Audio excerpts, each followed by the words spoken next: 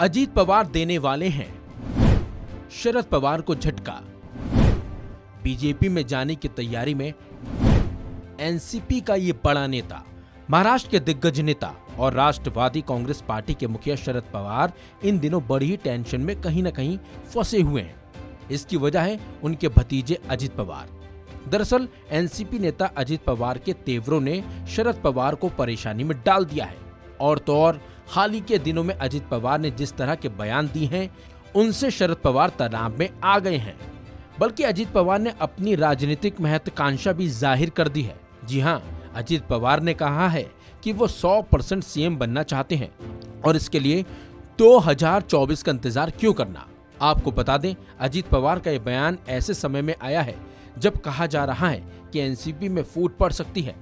इसके साथ ही अजीत ने महाविकास अघाड़ी गठबंधन को लेकर कहा कि हम पहले धर्मनिरपेक्षता और प्रगतिशील होने के बारे में बात करते थे, लेकिन 2019 में कांग्रेस और एनसीपी ने सरकार बनाने के लिए शिवसेना के साथ गठबंधन किया और हम धर्मनिरपेक्षता की लाइन से अलग हो गए। इसकी बड़ी वजह यह थी कि शिवसेना एक हिंदुत्व पार्टी रही है। वहीं बीजेपी में शामिल होने की अटकलों को बेशक अजीत पवार ने सिरे से खारिज कर दिया। साथ ही उन्होंने कहा कि राष्ट्रवादी कांग्रेस पार्टी में किसी तरह की दरार नहीं है और बीजेपी में शामिल होने की अटकलों में कोई भी सच्चाई नहीं है। इसी बीच एनसीपी नेता ने एक मराठी अखबार से कहा कि 2024 क्यों, अब भी मैं मुख्यमंत्री बनने की ख्वाहिश रखता हूं। अजीत का ये जवाब उस सवाल पर आया जिसमें उनसे पूछा गया था कि क्या वो 2024 में होने वाले महाराष्ट्र विधानसभा चुनाव में सीएम पद की रेस में हैं। अजीत पवार ने बेशक बीजेपी में शामिल होने की अटकलों पर विराम लगा दिया हो, लेकिन हालिया राजनीतिक घटनाक्रम कुछ और ही इशारा कर रहे हैं। जानकारी के मुताबिक हाल ही में मुंबई में एनसीपी की एक बैठक हुई थी, लेकिन अजीत पवार इसमें शामिल नहीं हुए थे।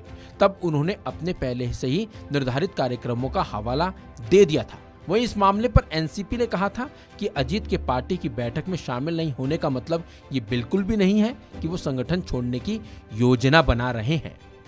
वहीं महाराष्ट्र बीजेपी प्रमुख चंद्रशेखर बावनकुले ने महाविकास अघाड़ी के नेताओं पर अजीत पवार को बदनाम करने और उनकी विश्वसनीयता पर सवाल उठाने का आरोप लगा डाला। बावनकुले ने कहा कि अजीत पवार ने पिछले 3 महीनों से उनसे मुलाकात नहीं की है और न ही वो सरकार के शीर्ष नेताओं से मिले हैं। अजीत पवार के बीजेपी में जाने की अटकलें लगाए जाने की एक और बड़ी वजह एनसीपी चीफ शरद पवार का हाल ही में दिया गया वो बयान, जिसमें उन्होंने कांग्रेस के अडानी मामले में जेपीसी की मांग को खारिज कर दिया था। इसके बाद ही शरद पवार के भतीजे अजीत पवार ने पीएम मोदी के करिश्मे की तारीफ कर दी थी। इतना ही नहीं, उन्होंने ईवीएम पर भी भरोसा जताया था और कहा था उन्हें ईवीएम पर पूरा भरोसा है। कोई एक व्यक्ति ईवीएम में हेरफेर नहीं कर सकता है। ये एक बड़ी प्रणाली है।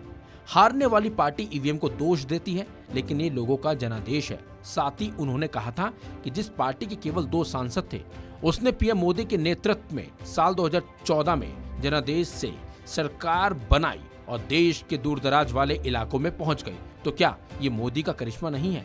जिसके बाद से ही अब आसार लगाए जाने लगे हैं कि अजीत पवार बीजेपी में जाने की फिराक में लगे हुए हैं। हालांकि अजीत पवार इन बातों को सिर्फ अफवाह बता रहे हैं।